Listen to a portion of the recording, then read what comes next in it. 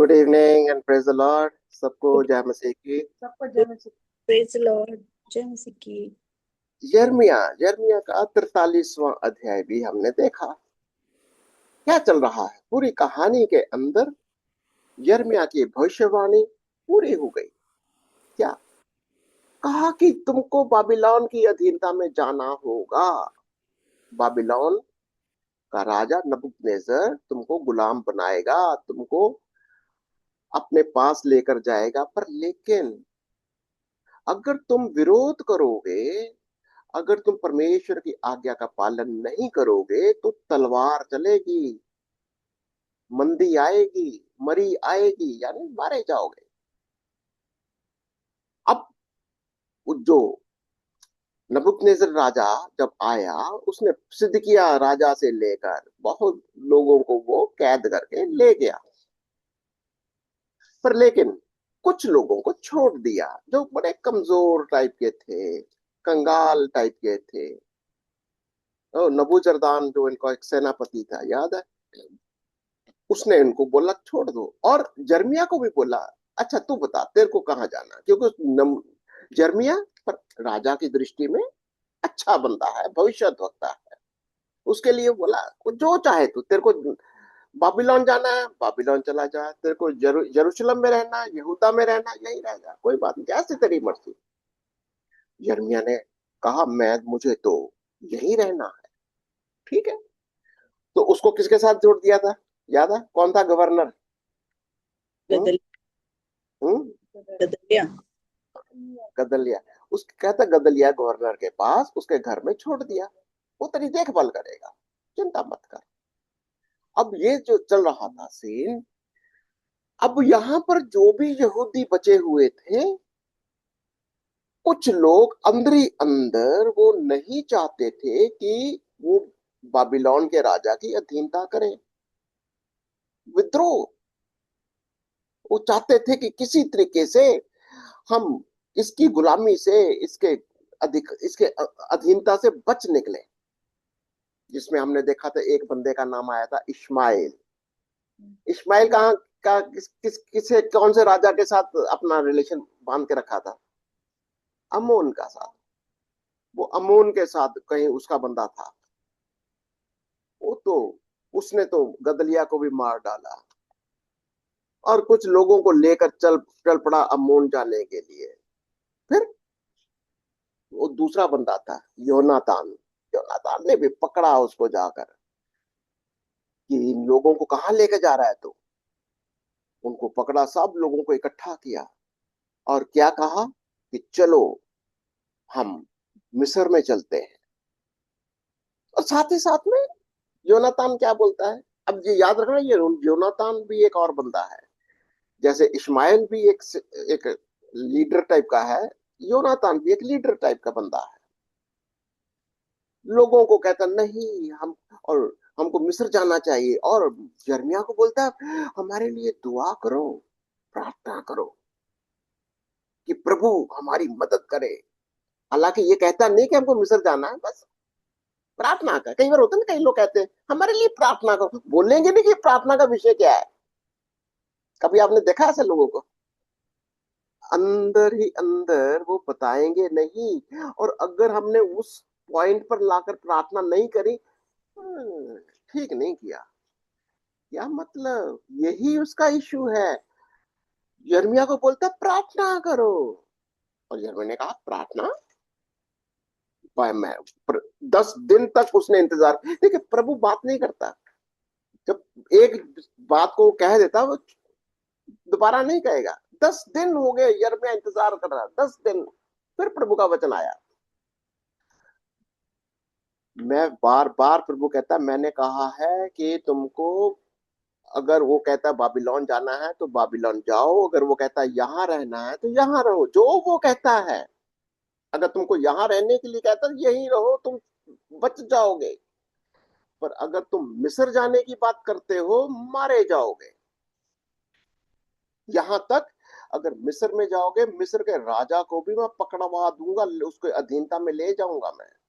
ये अब ये उनके विश्वास नहीं करते यिर्मयाह को। यिर्मयाह का कहते तू झूठा है, तेरा जो चेला, क्या नाम उसका, बकार, बारूक, वो भी झूठा है, वो तेरे को बहकाता है। ये सारी चीजें वो कल 43 में पढ़ा था हमने।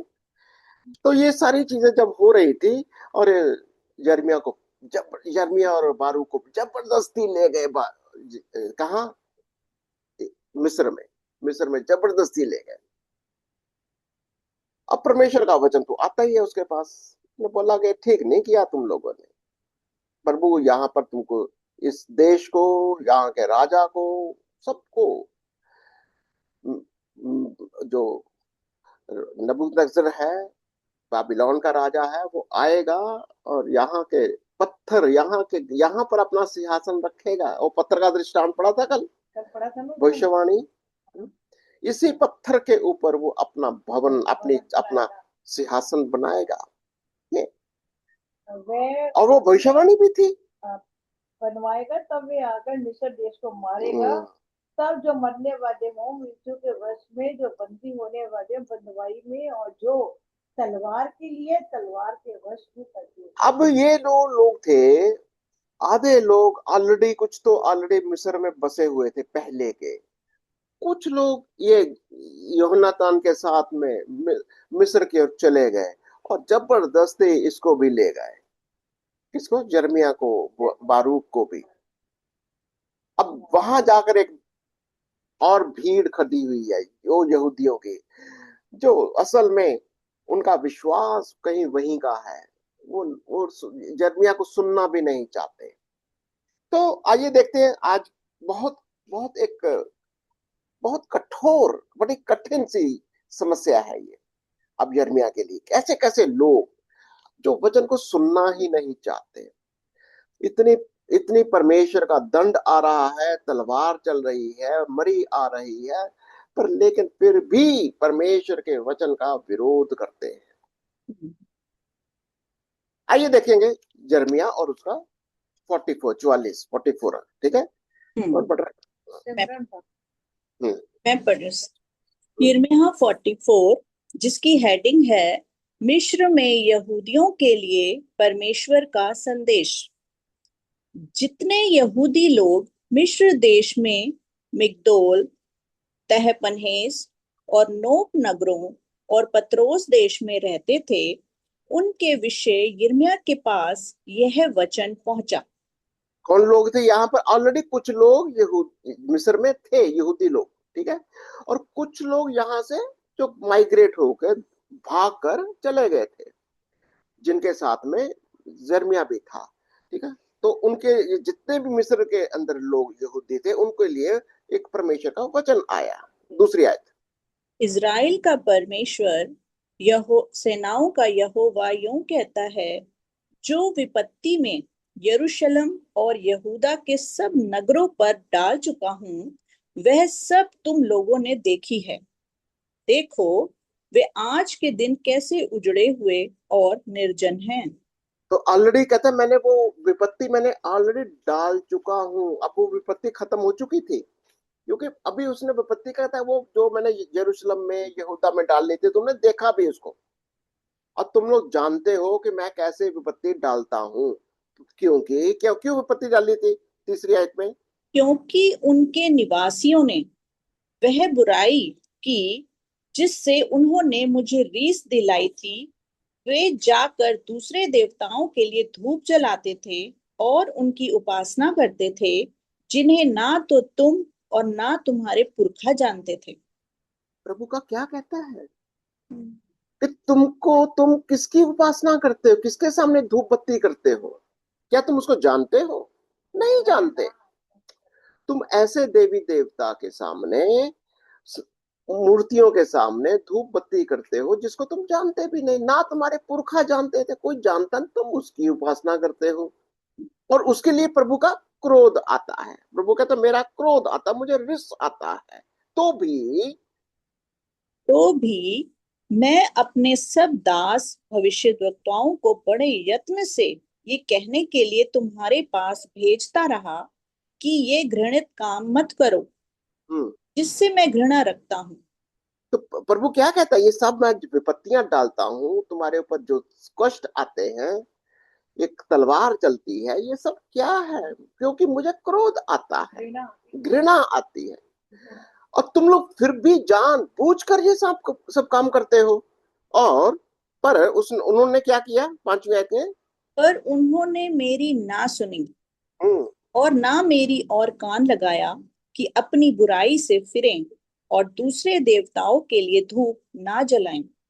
यानी अनजाने ऐसे ऐसे देवता जिनको तुम जानते तक नहीं, तुम्हारे पुरखा तक नहीं जानते थे। देखो कई बार क्या होता है कि क्योंकि दूसरा लोग करते हैं उसकी पूजा, जैसे मिस्र के लोग करते हैं, या कोई और अगल बगल वाला, कोई दूसरा अन्य जाति वाला वो धूप बत्ती करता है, बस क्योंकि वो करता है तुम करते हो।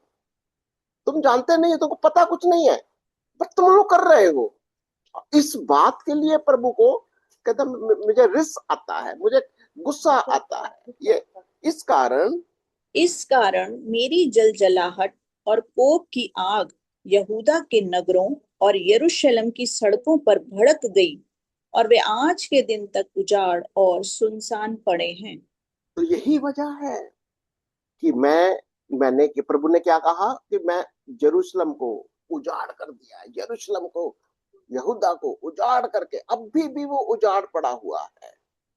अब क्या कह रहा प्रभु?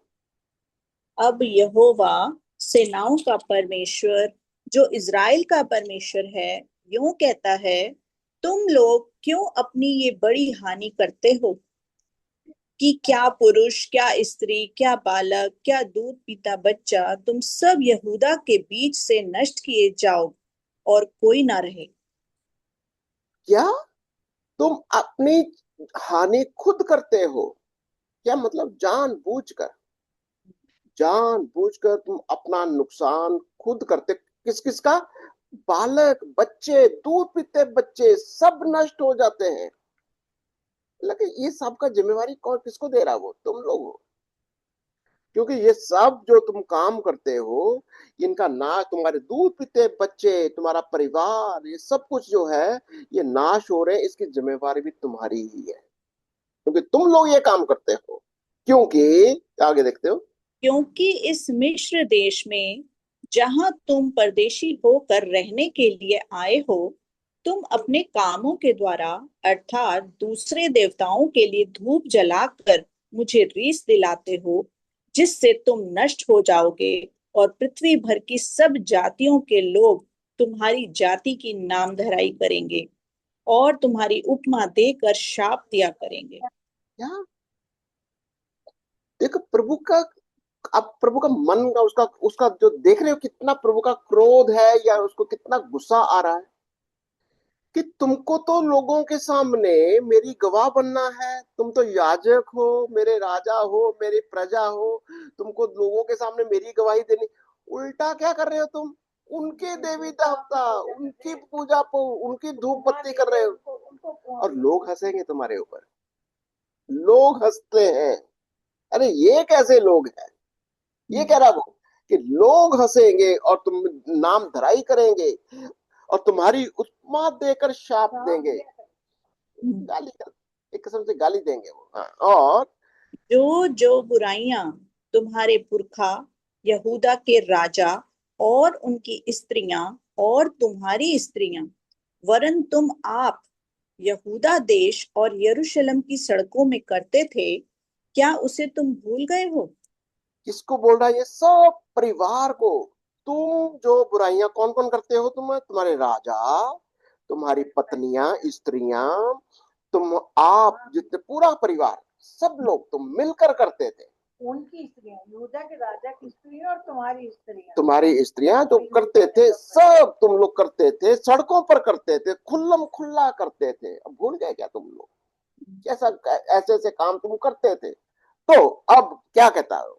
आज आज के दिन आज के दिन तक उनका मन चूर नहीं हुआ हम्म, और ना वे डरते हैं और ना मेरी उस व्यवस्था और उन विधियों पर चलते हैं जो मैंने तुम्हारे पूर्वजों को और तुमको भी सुनवाई है। यानी तुम्हारे मन के अंदर कुछ भी, कुछ हिलता तक नहीं है। तुमको इतना से भी ग्लानि नहीं होती, कोई पश्चाताप नहीं होता कि हम जो ये काम कर रहे हैं ये परमेश्वर की आज्ञा का उल्लंघन है। तुम जानबूझकर परिवार के साथ, अपने बच्चों के साथ, अपनी पत्नियों के साथ, स्त्रियों के साथ ये काम करते हो। और जो और क्या कहता है 11वीं आयत में? इस कारण इज़राइल का परमेश्वर, सेनाओं का यहोवा यूं कहता है, देखो, मैं तुम्हारे विरुद्ध होकर तुम्हारी हानि करूंगा, ताकि सब यहूदियों का अंत कर दूं। यानी ये तुम लोग जो जानबूझकर परिवार के साथ, अपने बच्चों के साथ, अपनी पत्नियों के साथ ये काम करते हो, अब मैं क्या करूंगा? मैं तुम्हें नष्ट करूंगा। परमेश्वर का क्रोध क्या आता है? अभी कुछ कुछ प्रिंसिपल समझ में आ रहे हैं कि परमेश्वर का क्रोध क्यों आता है। अगर हम परमेश्वर की सबसे बड़ी उसको जो क्रोध आता है जब हम जानबूझकर कुछ ऐसा काम करें जो उसने आज्ञा नहीं दी। विशेष तौर से ये मूर्ति पूजा, वो अन्य मूर्तियों के पीछे, अन्य देवताओं के पीछे अगर तुम धूप बत्ती करोगे, वो भी जानबूझ के, ये वाली बात है, जानबूझकर, और बच्चों को भी लेकर चलते हो, अपने परिवार को लेकर चलते हो, सड़कों पर करते हो, खुल्लम खुल्ला करते हो, और मन के अंदर गलानी तक नहीं तुम्हें। तुम्हें मन के अंदर कोई ऐसा, तुम्हें वो भी नहीं है कि हम गलत काम कर रहे हैं। और क्या कहता है फिर? क्या कहता है 12वीं आयत के अंदर? बचे हुए यहूदी जो हट करके मिस्र देश में आकर रहने लगे हैं, वे सब मिट जाएंगे। इस हाँ, मिस्र देश में छोटे से लेकर बड़े तक वे तलवार और महंगी के द्वारा मर के मिट जाएंगे, और लोग उन्हें कोसेंगे और चकित होंगे, और उनकी उपमा देकर शाप दिया करेंगे और निंदा भी करेंगे। क्या किसके ऊपर परमेश्वर का क्रोध आ रहा है? इसी यहूदियों के ऊपर। यहूदियों के ऊपर परमेश्वर का क्रोध आ रहा है। उसकी वजह क्या है?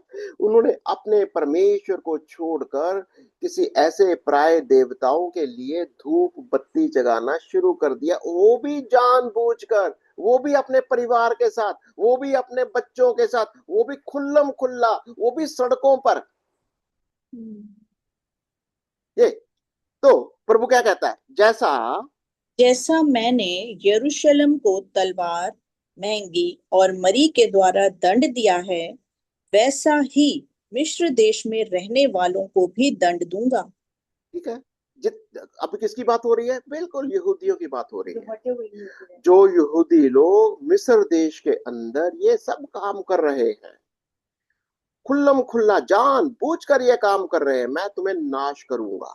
कि जो बचे हुए यहूदी, 14वीं आयत, कि जो बचे हुए यहूदी मिस्र देश में परदेशी होकर रहने के लिए आए हैं, यद्यपि वे यहूदा देश में रहने के लिए लौटने की बड़ी अभिलाषा रखते हैं, तो भी उनमें से एक भी बचकर वहां लौटने नहीं पाएगा।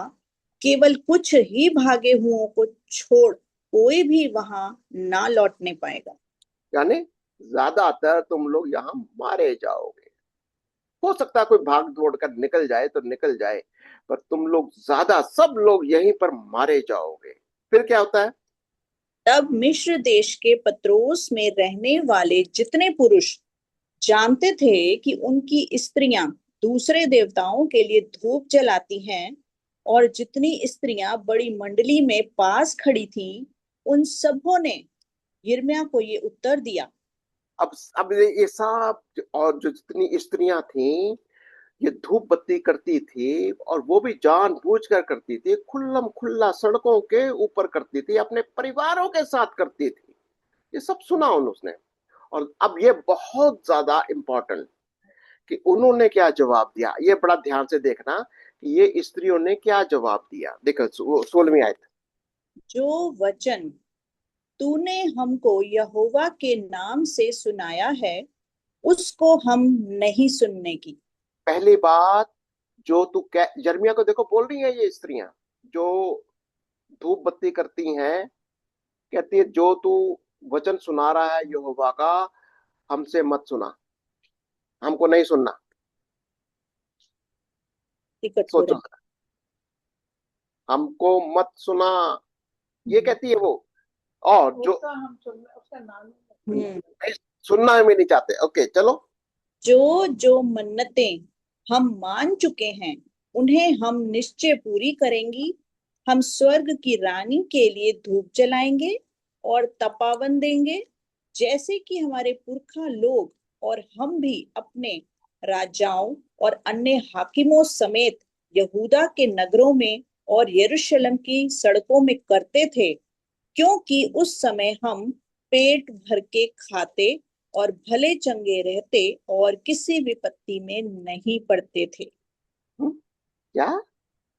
क्योंकि हम धूप बत्ती करते थे, क्योंकि हम इस, क्या स्वर्ग की रानी है? अगर मैंने इसका थोड़ा रिसर्च करी तो पता चला इस देवी का नाम था ईस्टर। ईस्टर, ठीक है। तो मैं आपको बाद में बताऊंगा कि ईस्टर रानी कौन है, ठीक है। अब ईस्टर की वो पूजा करते थे, क्या? कि तू हमारे दाल रोटी पानी, हमारी तरक्के, हमारे को संभालना, सब कुछ तू देखभाल करती है।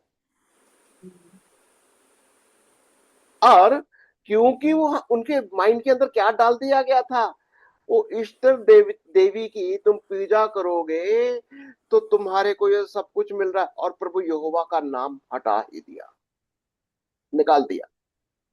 भूल गए कि ये यहोवा, उसकी उसकी उपासना करना है, उसको जानना है। नहीं, उसका नाम ही बदल दिया ईस्टर के साथ, ठीक है। फिर क्या हुआ? परंतु जब से हमने स्वर्ग की रानी के लिए धूप जलाना और तपावन देना छोड़ दिया, तब से हमको सब वस्तुओं की घटी है और हम तलवार और महंगी के द्वारा मिट चले हैं। तो अब ये क्या कह रही है कि अब जब से हमने ये तपावन करना, धूप बत्ती करना, उसकी पूजा करना छोड़ दिया, इसीलिए तो हमारे ऊपर तलवार चल रही है, महंगी आ रही है, ये हमारे ऊपर इतनी परेशानियां आ रही है। अब ये वही क्या कह रही है अभी, ये यहोवा नहीं कर रहा है, क्योंकि अभी इष्ट देवी जो है वो नाराज हो गई है। चलो। की रानी निकाल रही है, नाराज हो गई है। हाँ आगे निकाल सुने आप। हाँ हाँ। स्त्रियों ने कहा, चलो, तब इस क्या हुआ?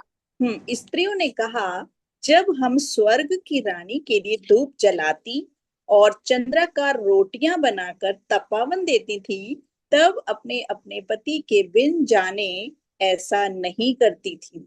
हाँ हाँ, 19वें आयत के अंदर देखो, वो कहती हैं, अरे भाई मेरे बच्चे लोग भी, मेरे पति लोग भी ये जानते थे और जानबूझ कर ये अकेले नहीं हम करती थी, सब करते थे। मेरे हमारे पति लोग भी करते थे।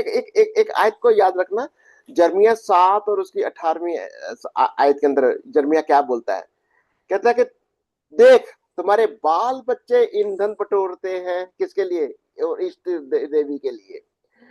बाप आग सुलगाते हैं, स्त्रियां आटा गूंदती हैं कि स्वर्ग की रानी के लिए रोटियां चढ़ाएं और मुझे क्रोधित करने के लिए दूसरे देवताओं के लिए तपावन दें। तो पहले से बोल रहा है कि तुम लोग ये कर रहे हो। जर्मिया उसका 7 और उसके 18वीं आयत में कहता है। अब ये पूरा परिवार, वो कहता पूरा परिवार ये करते हो। तब स्त्रियों ने क्या कहा? तब यिर्मयाह ने 19 शायद मैंने पढ़ ली। स्त्रियों ने कहा, जब हम स्वर्ग की रानी के लिए धूप जलाती हैं और चंद्राकार रोटियां बनाकर तपावन देती थी, तब अपने अपने पति के बिन बिन जाने ऐसा नहीं करती थी। तो बल्ले हमारा पूरी फैमिली की अंडरस्टैंडिंग है। सारा का सारा खबर मिला हुआ। पूरा पति सब सब कुछ, ऐसा नहीं है कि हम अकेले में करती हैं, ये कहता है। तब यिर्मयाह ने क्या कहा? तब यिर्मयाह ने क्या स्त्री क्या पुरुष जितने लोगों ने यह उत्तर दिया, उन सब से कहा, तुम्हारे पुरखा और तुम जो अपने राजाओं और हाकिमों और लोगों समेत यहूदा देश के नगरों और यरूशलेम की सड़कों में धूप जलाते थे, क्या वह यहोवा के ध्यान में नहीं आया? क्या तुम सोचते हो कि यहोवा को नहीं मालूम, वो नहीं देखता, क्या उसको रिस नहीं आता? सब पता उसको इग्नोर हाँ? और क्या 22 क्या है। क्या उसने उसको स्मरण ना किया? हम्म इसलिए जब यहोवा तुम्हारे बुरे और सब घृणित कामों को और अधिक ना सह सका, तब तुम्हारा देश उजड़कर निर्जन और सुनसान हो गया, यहाँ तक कि लोग उसकी उपमा देकर शाप दिया करते हैं, जैसे कि आज होता है। यही कारण है कि तुम्हारा देश, तुम्हारा सब कुछ, यहूदा देश, यरूशलेम उजाड़ हो गया, और लोग इसकी उपमा देते हैं? क्योंकि तुम क्या करते? क्योंकि तुम धूप जलाकर यहोवा के विरुद्ध पाप करते और उसकी नहीं सुनते थे, और उसकी व्यवस्था और विधियों और चित्तौनियों के अनुसार नहीं चले, इस कारण यह विपत्ति तुम पर आ पड़ी है, जैसे कि आज है। तो सिंपल, तुम कहते हो कि तुम्हारी वो जो स्वर्ग की रानी है एस्टर, उसकी वजह से विपत्ति आई है। यिर्मयाह क्या बोलता है? ये तुम्हारे यहोवा की वजह से है, क्योंकि उसका क्रोध आया है तुम्हारे ऊपर, तो इसलिए 25 है। नहीं, 24 पढ़नी है। हाँ। फिर यिर्मयाह ने उन सब लोगों से और उन सब स्त्रियों से कहा, हे सारे मिस्र देश में रहने वाले यहूदियों, यहोवा का वचन सुनो। हम्म इज़राइल का परमेश्वर सेनाओं का यहोवा यूं कहता है कि तुमने और तुम्हारी स्त्रियों ने मन्नतें मानी और हम्म कहकर उन्हें पूरी करते हो कि हमने स्वर्ग की रानी के लिए धूप जलाने और तपावन देने की जो जो मन्नतें मानी हैं, उन्हें हम अवश्य ही पूरी करेंगे। और तुमने अपने हाथों से ऐसा ही किया, इसलिए अब तुम अपनी अपनी मन्नतों को मानकर पूरी करो। अब तुम ऐसा ही करो। ठीक है। क्या क्या बोला यिर्मयाह? अब तुम जो कर रहे हो ऐसा ही करो। अब हम्म। क्या होगा? अब तुम ऐसा ही करो। ठीक है। परंतु हे मिस्र के देश में रहने वाला, हाँ 26 है। परंतु हे मिस्र देश में रहने वाले सारे यहूदियों, यहोवा का वचन सुनो। सुनो, मैंने अपने बड़े नाम की शपथ खाई है कि अब पूरे मिस्र देश में कोई यहूदी मनुष्य मेरा नाम लेकर फिर कभी ये ना कहने पाएगा, प्रभु यहोवा के जीवन की सौगंध। क्या?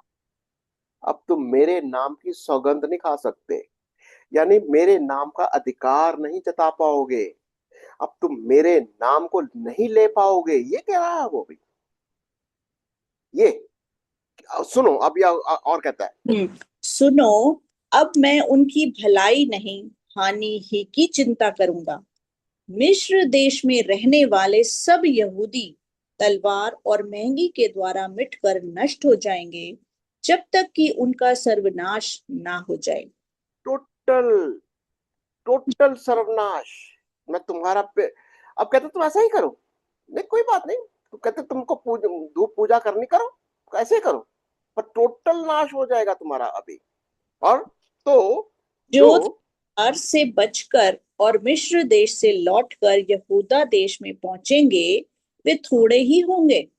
हाँ, और मिस्र देश में रहने के लिए आए हुए सब यहूदियों में से जो बच पाएंगे, वे जान लेंगे कि किसका वचन पूरा हुआ, मेरा फिर या उनका। तब तुम जानोगे फील होगा कि पर अब विपत्ति की, अब कर लो नहीं, अभी तुम कहती ना पूजा नहीं करी, धूपबत्ती नहीं करी, इसलिए तुम्हारे पे विपत्ति आई। अरे अब कर लो, अब तुम कर लो, धूपबत्ती जला लो। ठीक है। अब देखना कि विपत्ति आती है कि नहीं आती, ये वाला कह रहा वो। हम्म। अब क्या होता है इस बात का मैं ये चिन्ह देता हूँ, यहोवा की ये वाणी है कि मैं तुम्हें इसी स्थान में दंड दूंगा, जिससे तुम जान लोगे कि तुम्हारी हानि करने में मेरे वचन निश्चय पूरे होंगे। यानी परमेश्वर का क्रोध क्यों है? जान बूझ कर तुमने मेरी आज्ञाओं का उल्लंघन किया। हम्म। जब परमेश्वर वार्निंग दे मेरा रहा ही है, है उसका, पर, है? जैसा किसका वचन पूरा होगा, मेरा ही है उसका। हाँ, ईश्वर का उसका कि उसका तुम्हारे वचन का। पूरा हुआ है, तो और क्या कहता है प्रभु? यहोवा यूं कहता है, देखो, जैसा मैंने यहूदा के राजा सिदकिय्याह को उसके शत्रु अर्थात उसके प्राण के खोजी बेबीलोन के राजा नबूकदनेस्सर के हाथ में कर दिया, वैसे ही मैं मिस्र के राजा फिरौन होप्रा को भी उसके शत्रुओं के अर्थात उसके प्राण के खोजियों के हाथ में कर दूंगा। ठीक है, जैसे मैंने सिदकिय्याह को नबूकदनेस्सर यानी बेबीलोन के राजा के हाथों कर दिया था, पकड़ कर ले गया था, उसको अपनी गुलामी में ले गया था, वैसे ही मिस्र के राजा को भी मैं करूंगा। मिस्र का राजा, क्या नाम बताया मिस्र के राजा का? होपरे, होपरा, होप्रा, होपरा, राजा फिरौन, फिरौन होप्रा को। इसको भी मैं ऐसा ही करूंगा। क्या मिस्र का राजा भी गुलामी में जाएगा? पूरा का पूरा देश गुलामी में जाएगा, मिस्र भी जाएगा। और उसके प्राण खोजियों के शिक्षा हाथ क्या में निकलती है? शिक्षा क्या निकलती है? जानबूझकर परमेश्वर के वचन का विरोध करोगे तो वचन प्रभु क्या कहता है?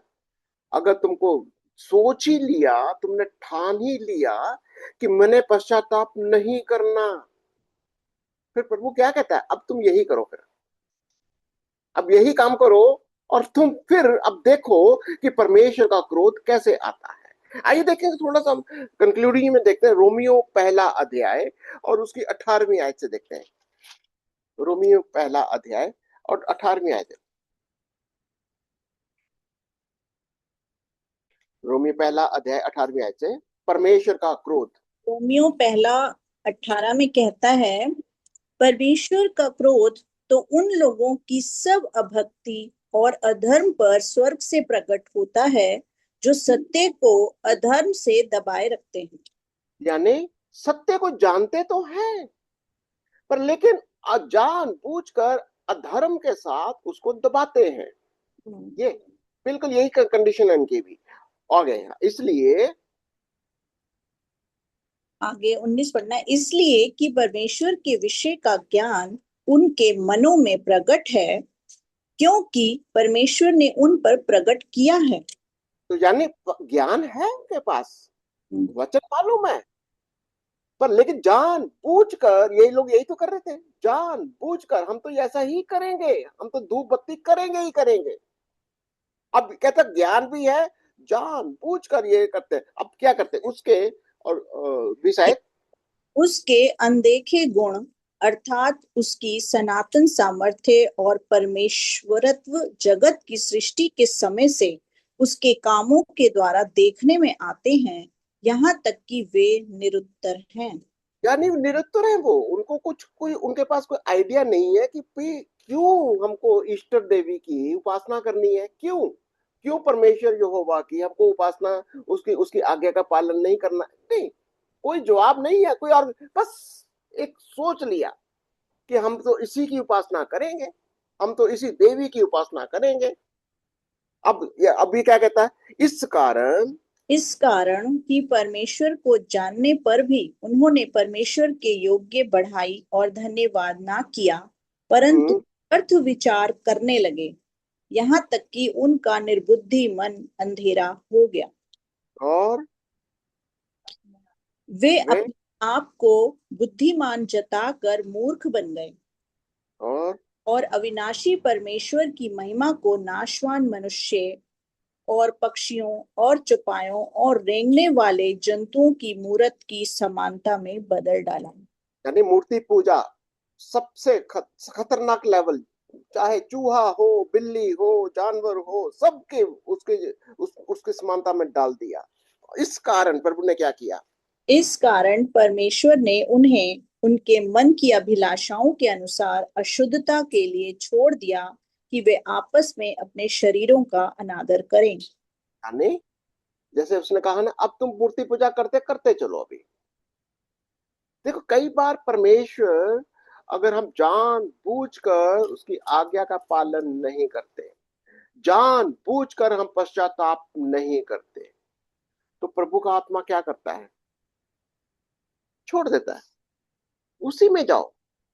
याद है पहला ग्रंथियों उसके 5वें अध्याय में, जो व्यक्ति वह विचार से बाज नहीं आता, उसी शैतान के उधर ही जा, फिर तो शैतान के हवाले कर ही दो इसको। फिर ये परमेश्वर ऐसे ही करता है। अगर जान बूझ कर तुम लोग परमेश्वर का वचन भी सुन रहे हो, आज्ञा का पालन नहीं करना, तो प्रभु कहता फिर मैं तो उधर ही जाओ, वहीं पर धकेलेगा वापस, उधर ही जाओ, इधर मेरे पास मत आना, ये कहता है वो। जैसे 24 आयत में कह रहा है, इस कारण परमेश्वर ने उन्हें हम्म उनके मन की अभिलाषाओं के अनुसार हम्म अशुद्धता के लिए फिर छोड़ दिया, हाँ, क्या? क्योंकि कि वे कि वे आपस में अपने शरीरों का अनादर करें, हाँ, क्योंकि कि उन्होंने परमेश्वर की सच्चाई को बदलकर झूठ बना डाला और हम्म सृष्टि की उपासना और सेवा की, ना कि उस सृजनहार की जो सदा धन्य है।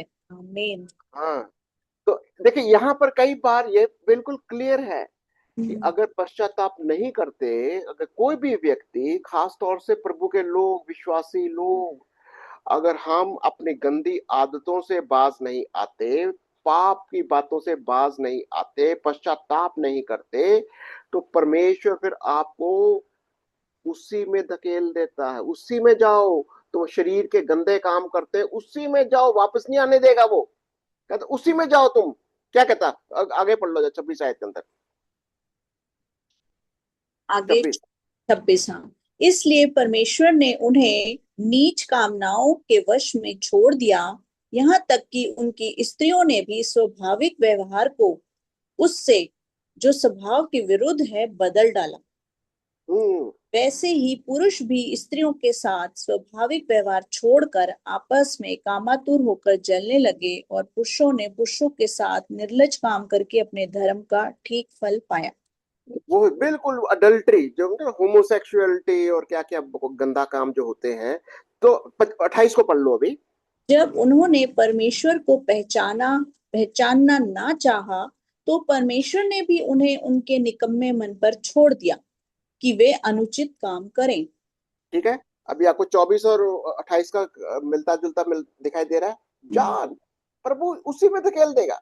छोड़ देता है कि जाओ वहीं अगर चला तुम, अगर ये यहाँ पर अंडरलाइन करने वाली बात है ये, कि अगर हम जानबूझकर परमेश्वर की आज्ञा का उल्लंघन करेंगे, जानबूझकर प्रभु की बातों को नहीं जानते हुए भी हम, देखो कई बार हम इनोसेंट होते हैं, पता नहीं होता कि ये पाप है, पता नहीं है, चलो प्रभु आपको माफ कर देगा। पर लेकिन अगर जानबूझकर तुम परमेश्वर की आज्ञा का उल्लंघन करोगे, वार्निंग देगा, अपने भविष्यवक्ता को देगा, हम्म, वचन देगा, आपको बोलेगा वापस आ जाओ। पर हम्म, लेकिन कई बार अगर नहीं मानोगे, नहीं मानते तो फिर पवित्र आत्मा क्या करता है? निरुत्तर कर देता है। निरुत्तर कर दे, कौन से आयता है बताओ? यूहन्ना 17 और उसकी 9वीं आयत है, 8-9, कि जब पवित्र आत्मा आता है, ये पाप के प्रति, न्याय के प्रति, करेगा। सोलह धार्मिकता के सोलह की निरुत्तर। 8। हम्म हाँ, 16 की 8, यूहन्ना 16 की 8 में कहता है, वह आकर संसार को पाप और धार्मिकता और न्याय के विषय में निरुत्तर करेगा। हम्म यानी इंसान अपने अगर मन में ढीठ बन जाता है, अगर परमेश्वर की आज्ञा का जानबूझकर उल्लंघन करना है, तो फिर आपको कई बार पवित्र आत्मा का जो जो मदद करता है कि हम पश्चाताप करें, वो भी रोक देता है, नहीं होने देगा, फिर उसी में ढकेल देगा, चलो वही करो, वही करो तुम। निरुत्तर, कुछ नहीं, तुमको तुम्हारे लिए कोई जवाब ही नहीं है, तुम रहो उसी में। तुम्हारे पास भी कर, कई बार लोगों को ये होता है, पश्चाताप करना चाहते हैं हम, पर पश्चाताप कर नहीं पाते हैं। हम्म, हम पाप को छोड़ना चाहते हैं, पर छोड़ नहीं चाहते, छोड़ नहीं पाते। क्यों मालूम? क्योंकि बहुत देर से, बहुत दिनों से परमेश्वर तुमसे बात कर रहा था, वचन तुमसे बात कर रहा था, तुमने उसको नहीं सुना। जब हम मन में ढीठ हो जाते हैं, सिर्फ अकेले नहीं, पूरा परिवार, तुम्हारे बच्चे तक यहां तक हो गए कि तुमने जान लिया और खुल्लम खुल्ला बोलने लग गए कि हमको परमेश्वर का वचन नहीं चाहिए, यिर्मयाह को बोल दिया अब हमें परमेश्वर के वचन को मत सुना, तो फिर हम परमेश्वर के क्रोध को उसको न्योता दे देते हैं। और प्रभु जो कि बहुत प्रेमी है, बहुत प्रेम करता है आपसे, आपको वो नहीं चाहता, किसी को नहीं चाहता कि वो नाश हो जाए, नहीं चाहता वो कोई, कि प्रभु कोई भी आपके लिए मेरे लिए आप इतना प्रेम करता है, इतना प्रेम करता है कि हम अपने पापों का अंगीकार कर ले, उसके पुत्र को ग्रहण कर ले, यीशु मसीह का, जिसने अपना लहू बहाकर हमारे लिए हमारे पापों का पश्चाताप किया ताकि हम उद्धार पा जाए, हम परमेश्वर के पुत्र पुत्रियां बन जाए, हम उसके राज्य में दाखिल हो जाए। अगर मन में ढीठपन रहेगा, अगर जानबूझकर हम उसकी आज्ञा का पालन नहीं करेंगे, तो परमेश्वर का क्रोध हमें धकेल देगा उसी पाप की दुनिया में। इस चीज के लिए बहुत हमें खबरदार रहना है और एक दूसरे के लिए हमें प्रार्थनाएं भी करनी। अगर आपके पास प्रार्थना के विषय हैं, कोई भी आपका प्रार्थना का कोई भी विषय है, या कुछ आप और जानना चाहते हो, सीखना चाहते हो जो परमेश्वर के वचन के अनुसार है, आप जरूर हमारे साथ संपर्क करिए। हम दुआ करें। मुझे धन्यवाद जी। हाँ जी, आवाज ही नहीं आ रही सिस्टर आपकी। आवाज। आइए हम दुआ करें। धन्यवाद जीवित और सामर्थ्य पिता प्रभु जी, धन्यवाद के साथ प्यारे पिता परमेश्वर, हम अपने सरों को प्रभु आपके सम्मुख झुकाते हैं पिता, आपका धन्यवाद करते हैं प्यारे पिता परमेश्वर। आप महान सामर्थ्य परमेश्वर है प्रभु। सच में प्रभु आप अपने लोगों पे प्रभु जी प्रकट करते हैं कि हम आपको जाने प्यारे पिता परमेश्वर। खुदावन प्रभु जी, अभी हमने देखा कितनी ढीठ कौम रही खुदावन, जिनके पास आपने सुसमाचार पहुंचाया खुदावन, जिनको आपने अपने जलाल को दिखाया प्यारे पिता परमेश्वर, जिन पे आपने अपने रहम को दिखाया खुदावन प्रभु जी, जिनके पास खुदावन आपने अपनी वाणी को पहुंचाया खुदावन, और उन्होंने साफ मना कर दिया प्रभु कि हम तुझे नहीं सुनना चाहते। ओ प्रभु सच में प्यारे पिता परमेश्वर कितना हर्ट होता है प्रभु, यदि हम किसी के पास जाएं, बात करें और कोई हमें ना सुने खुदावन, तो हमें कितना दुख होता है प्रभु। आपको कितना दुख होगा उस कौम के लिए खुदावन जिसे आप बचाना चाहते थे प्रभु जी, जिनसे आप प्यार करते थे प्यारे पिता परमेश्वर प्रभु जी। खुदावन सच में प्यारे पिता परमेश्वर, मनों के हठीले होने के कारण प्रभु जी प्रजा नाश रही प्यारे पिता परमेश्वर, सही ज्ञान ना होने के कारण प्रजा नाश हो गई प्यारे पिता परमेश्वर प्रभु जी। खुदावन हम अपने जीवन को प्रभु धन्यवाद करते प्रभु कि आपने ये वचन आज हम तक पहुंचाया प्रभु जी। सच में खुदावन प्यारे पिता परमेश्वर, जब मनुष्य को प्रभु तू नजर नहीं आ रहा पिता, उसने न जाने किस किस रूप में कैसे कैसी मूर्त घड़ के खुदावन तेरी आराधना को करा खुदावन, और उसने उसी को खुदा जान लिया प्रभु प्यारे पिता परमेश्वर। लेकिन प्रभु तूने मौका दिया प्रभु जी उन्हें सत्यता को जानने के लिए प्रभु, लेकिन नहीं जान पाए प्रभु। हम तेरा धन्यवाद करते कि आज सत्य को हम लोग जान रहे प्रभु। होने दे खुदावन प्यारे पिता परमेश्वर, यदि हम में भी कोई ऐसा हठीला बीज या कोई ऐसी बात है प्रभु तो हमारे जीवन से दूर हो जाए पिता, और हम उस सत्यता को पहचान जाए खुदावन, जैसे तेरे वचन में लिखा, सत्य को तुम जानोगे तो आज़ाद हो जाओगे। हाँ पिता, हम आज अपने आप को कई बार कहते हैं कि हमने बैप्टिज्म लिया हम आज़ाद हैं, हमने कन्फर्मेशन लिया आज़ाद है। वास्तव में खुदावन क्या सच में हम आज़ाद हुए कि नहीं हुए खुदावन? तेरे कलाम को, जैसे तेरा कलाम कहता है प्रभु, उसे अपने जीवन में लेके चल रहे कि नहीं चल रहे? यदि तेरा कलाम हमारे जीवन से पूरा होता है खुदावन, तेरे कलाम की बातें हमारे जीवन में पूरी होती है प्रभु, तो सच में हम आज़ाद हैं प्यारे पिता परमेश्वर प्रभु।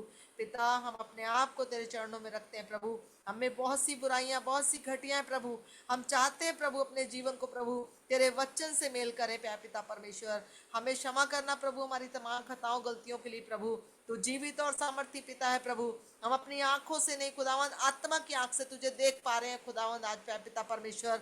अपने कानों से तेरे जीवित कलाम को सुन पा रहे पिता तेरे दास के द्वारा प्रभु जी। हम आशीष मांगते हैं प्रभु जी ब्रदर बीपी मैसी जी के लिए, सिस्टर क्रिस्टीना जी के लिए प्रभु जी, और जो भाई बहन वचन पढ़ने में सहायता करते प्रभु उनके लिए प्रभु आशीष मांगते पिता।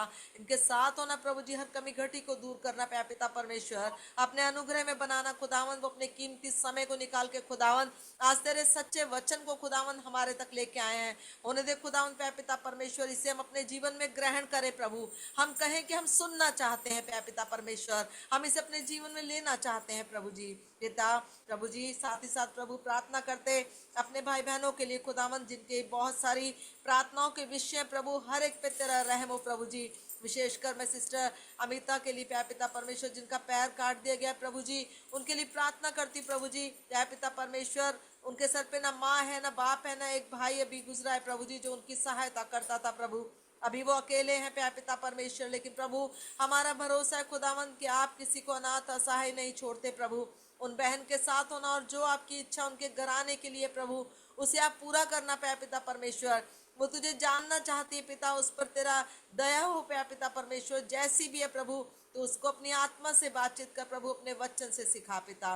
प्रभु मैं तेरा धन्यवाद करती, विश्वास करती खुदावन कि तू अपनी बेटी के साथ है, उनके भाई के साथ है प्रभु जी, जिसका मनोबल कमजोर है प्रभु जी, समझ बुद्धि नहीं है प्यारे पिता परमेश्वर। लोग उसे पागल कहते हैं प्रभु, लेकिन प्यारे पिता परमेश्वर हमें विश्वास है प्रभु कि आप उस घराने के साथ है प्रभु, उनकी सहायता करना। मैं प्रार्थना करती सुनीता सिस्टर जी के लिए प्यारे पिता परमेश्वर, जैसे उन्होंने अपनी बहन के लिए बताया प्रभु, उनके बेटे के पास जो बेबी है प्यारे पिता परमेश्वर, वो प्यारे पिता परमेश्वर जिस भी तरीके से प्रभु जी इस दुनिया में आया खुदावंद, आपकी योजना को प्रभु जी हम चाहते हैं पिता। खुदावंद हमारे जीवन में कोई भी बात यूं ही नहीं होती प्रभु जी, क्योंकि यिर्मयाह 29:11 में खुदावंद तूने अपने वचन में कहा है खुदावंद, तेरी कल्पनाएं प्रभु जी हमारे लाभ के लिए, हानि के लिए नहीं है पिता। होने दे खुदावंद प्यारे पिता परमेश्वर, हम ईमान के साथ खुदावंद उस बच्चे को तेरे ऑब्जर्वेशन में देख रहे प्यारे पिता परमेश्वर। चाह रहे प्रभु जी वो बच्चा जब बड़ा हो प्रभु तेरी महिमा के कार्य करने पाए प्यारे पिता परमेश्वर। प्रभु जी हमारी नजर में वो समय से कम है प्रभु, लेकिन तू समय को जानता है प्रभु, तू समय और असमय का परमेश्वर है प्रभु। हर चीज तेरे अंडर ऑब्जर्वेशन में है खुदावंद, तेरे हाथों में प्यारे पिता परमेश्वर। प्रभु उस बच्चे को प्रभु जी अपने प्रोटेक्शन में रखना प्रभु, उसके माता पिता के साथ होना प्रभु जी, उस घराने को प्रभु जी दृढ़ करना प्यारे पिता परमेश्वर प्रभु। क्योंकि प्यारे पिता परमेश्वर यशायाह 54:17 में लिखा है खुदावंद, लाख हथियार तुम्हारी हानि के लिए आएंगे लेकिन एक भी तुझ पर प्रबल नहीं होगा प्रभु। ये जो विचार आएंगे खुदावंद, कम एज है या ज्यादा एज है प्रभु, इन सारी बातों को हटा के खुदावंद हम देख रहे प्यारे पिता परमेश्वर कि तूने अपने बच्चे को इस दुनिया में जब लाता है प्रभु, अपनी महिमा के लिए लाता है। होने दे खुदावंद प्रभु ये घराना तेरी महिमा में बढ़ जाए प्यारे पिता परमेश्वर, तेरी दया उन पे हो प्रभु जी। मैं रिया के लिए भी दुआ करती प्रभु, आज उनका जन्मदिन है प्रभु पिता, उस बेटी को अपनी समझ बूझ अकल ज्ञान में बढ़ाना प्रभु पिता। धन्यवाद करती हूँ कि अब तक तूने उसे अपनी सुरक्षा में रखा है खुदावंद, अच्छी समझ ज्ञान दिया है प्रभु जी, अच्छी बेटी बनाया प्यारे पिता परमेश्वर, आगे भी उसको संभालना। रिया की मम्मी के लिए भी दुआ करती प्रभु, आज उनके पैर में फ्रैक्चर हुआ है प्रभु, तेरी योजना उस बहन के जीवन में भी पूरी हो प्रभु जी। बहन के साथ होना प्रभु जी, हर परेशानी दुख को प्रभु जी आपके हाथ में सौंपते पिता। हम इन बातों में खुदावन जो हमने आपके सामने रखी प्रभु, अपने में इनके विचारों में खुदावन जो हम चाहते हैं वो नहीं खुदावन, जो तेरी इच्छा है प्रभु उनके जीवनों में पूरी होने पाए प्रभु, हमारे जीवनों में पूरी होने पाए पिता। इस दुआ को बड़े ईमान के साथ खुदावन हम आपके पवित्र नाम से इस दुआ को मांगते पिताजी, आप हमारी विनती को सुने और कबूल करें यीशु नासरी के वसीले से, आमीन आमीन आमीन। आमीन। आमीन आमीन। आमीन आमीन। प्रभु आपको बहुत आशीष और बरकत दे।